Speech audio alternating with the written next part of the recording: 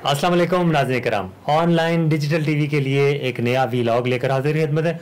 नाज़रीन कराम, आज हम बात करेंगे आलमी मंजरनामे की, और आलमी मंजरनामे के ऊपर मुस्लिम उम्मा के दो अहम ममालिक ईरान और सऊदी अरेबिया, उनमें कुर्बतें पैदा हुई हैं। क्या मुहर्रिकात हैं, कितना देर पर रहेगा ये जो नई जो तब्दीली आई है, कितनी ये देर पर रहेगी।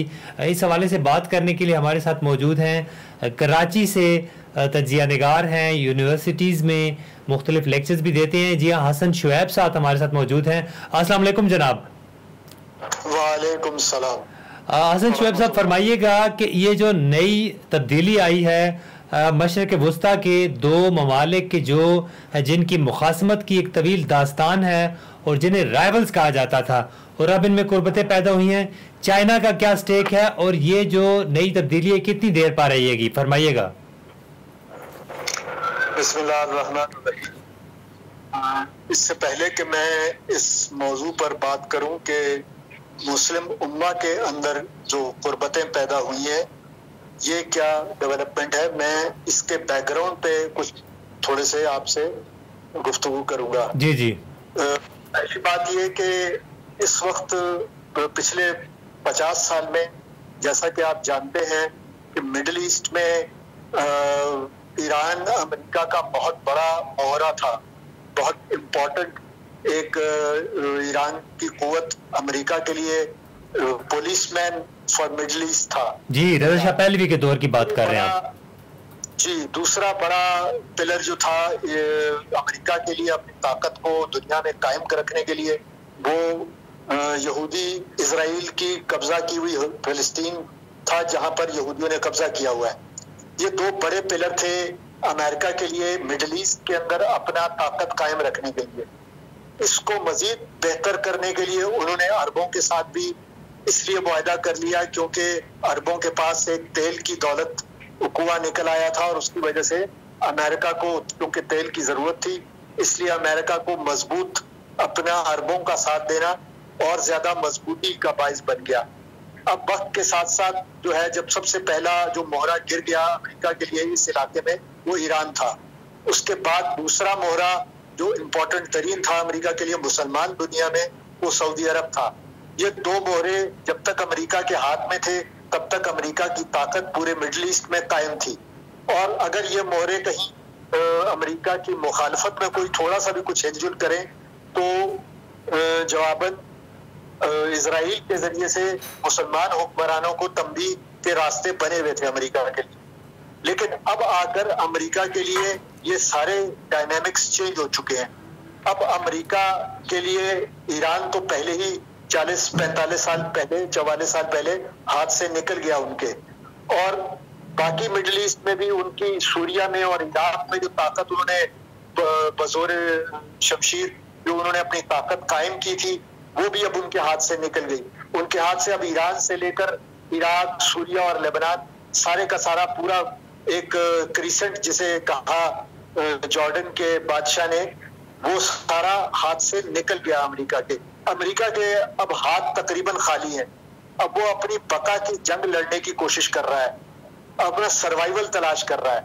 उसके सर्वाइवल के लिए लाजमी था कि अमेरिका की ताकत, अमेरिका की फौजें और अमेरिका की इकोनॉमिक पावर और अमेरिका की पॉलिटिकल पावर सऊदी अरब पर अपने पंजे गाड़ के रखी, और वो उन्होंने अपने पंजे गाड़ के रखे और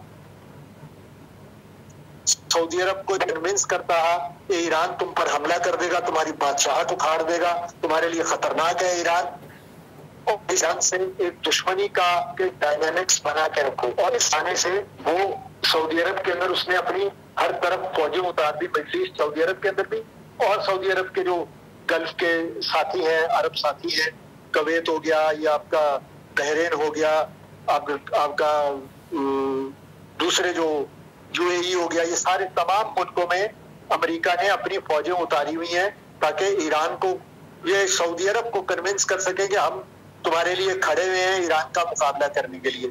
लेकिन पिछले दिनों, पिछले साल सऊदी अरब ने ये भी ऑब्जर्व कर लिया कि हूती जैसी छोटी कुव्वत ने, यमनी छोटे लोग जो कि जिनके पास ज्यादा अस्करी ताकत नहीं भी थी, उसको भी अमेरिका की बैकग्राउंड सपोर्ट से सऊदी अरब सबड्यू नहीं कर सका। उल्टा हौसियों ने जब उनकी रिफाइनरीज पर हमले किए तो सऊदियों की आंख खुली थी, पहली दफा आंख खुली थी कि अमेरिका हमारी हिफाजत नहीं कर सकता। अब सऊदियों के ऊपर ये 100% बात वाज़ेह हो चुकी है कि अमेरिका सिर्फ दिखाने के, हाथी के दांत दिखाने के और खाने के और, अमेरिका सिर्फ अपने मफादात के लिए सऊदी अरब में बैठा हुआ है, वह सऊदी अरब की हिफाजत के लिए सऊदी अरब में नहीं बैठा हुआ। ये बात सऊदी बादशाहों को बड़ी अच्छी तरह बावर हो चुकी है। उनको ये भी बावर हो चुका कि अमेरिका बजाते खुद भी अपनी इकोनॉमी उसकी बैठ रही है, उसकी अब वो इस काबिल नहीं है कि वो दुनिया के दूसरे ममालिक में किसी की मदद कर सके। वो ज्यादा से ज्यादा ये करेगा अपने मफादात को महफूज करेगा, मदद वो नहीं करेगा। इवन चाइना के केस में ताइवान के अंदर अमेरिका ने एंड आकर कह दिया कि हम खुद आकर नहीं लड़ेंगे, हम ताइवानियों को असलहा दे देंगे, और वो भी जो कि उसने आखिरी मोमेंट पे देने से इनकार कर दिया।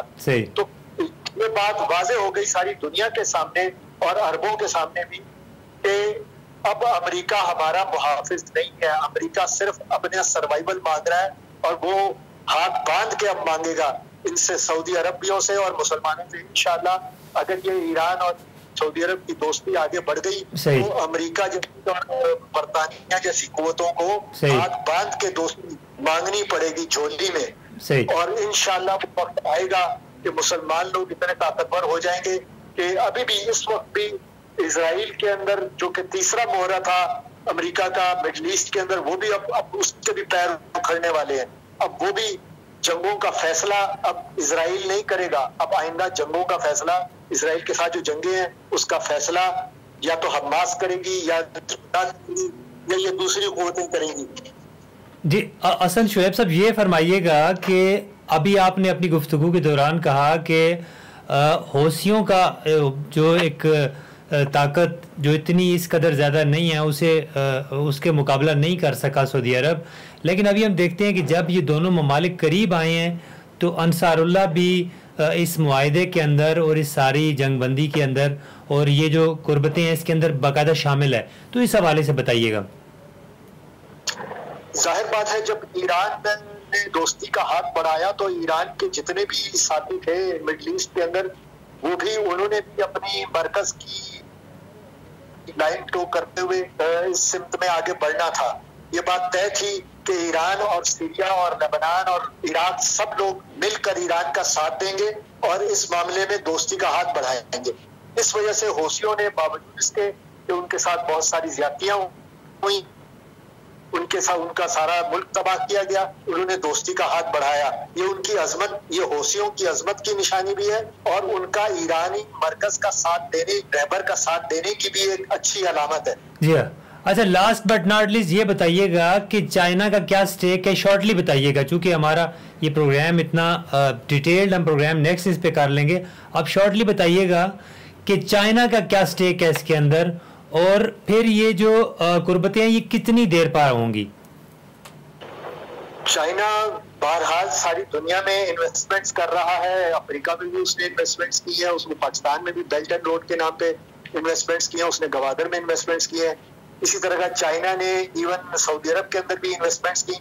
तो चाइना इस पोजीशन में आ चुका है सारी दुनिया में कि वो मुख्तलिफ छोटे मोटे झगड़े निपटा के और अपना स्टेक बढ़ाए मिडल ईस्ट के अंदर। सही वो देख रहा है कि अमेरिका निकल रहा है मिडल ईस्ट से, तो चाइना ने नेचुरली अपना स्टेक बढ़ाने की एफर्ट की है।